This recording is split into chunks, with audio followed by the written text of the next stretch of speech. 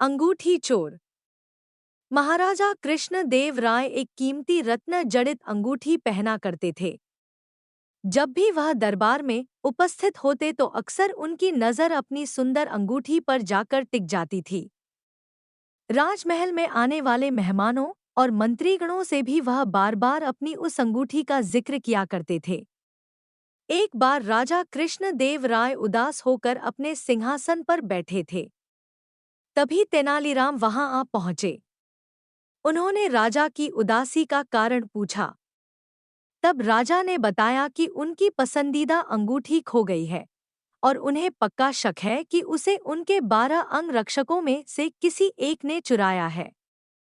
चूंकि राजा कृष्ण देव राय का सुरक्षा घेरा इतना चुस्त होता था कि कोई चोर उचक्का या सामान्य व्यक्ति उनके नजदीक नहीं जा सकता था।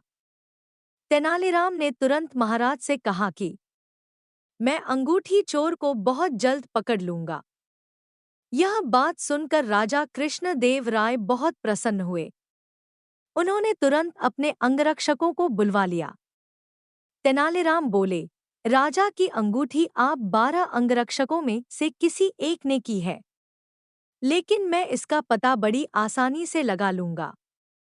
जो सच्चा है उसे डरने की कोई जरूरत नहीं और जो चोर है वह कठोर दंड भोगने के लिए तैयार हो जाए। तेनालीराम ने बोलना जारी रखा, आप सब मेरे साथ आइए, हम सबको काली माँ के मंदिर जाना है। राजा बोले, ये कर रहे हो तेनालीराम, हमें चोर का पता लगाना है, मंदिर के दर्शन नहीं कराने हैं। महाराज, आप धैर्य रखिए, जल्द ही चोर का पता चल जाएगा। तेनालीराम ने राजा को सब्र रखने को कहा। मंदिर पहुंचकर तेनालीराम पुजारी के पास गए और उन्हें कुछ निर्देश दिए। इसके बाद उन्होंने अंगरक्षकों से कहा, आप सबको बारी बारी से मंदिर में जाकर माँ काली की मूर्ति के पैर छूने हैं और फौरन बाहर निकल आना है। ऐसा करने से माँ काली आज रात स्वप्न में मुझे उस चोर का नाम बता देंगी। अब सारे अंगरक्षक बारी बारी से मंदिर में जाकर माता के पैर छूने लगे। जैसे ही कोई अंगरक्षक पैर छूकर बाहर निकलता, तेनालीराम उसका हाथ सूंघते आर एक कतार में खड़ा कर देते। कुछ ही देर में सभी अंगरक्षक एक कतार में खड़े हो गए। महाराज बोले, चोर का पता तो कल सुबह लगेगा, तब तक इनका क्या किया जाए?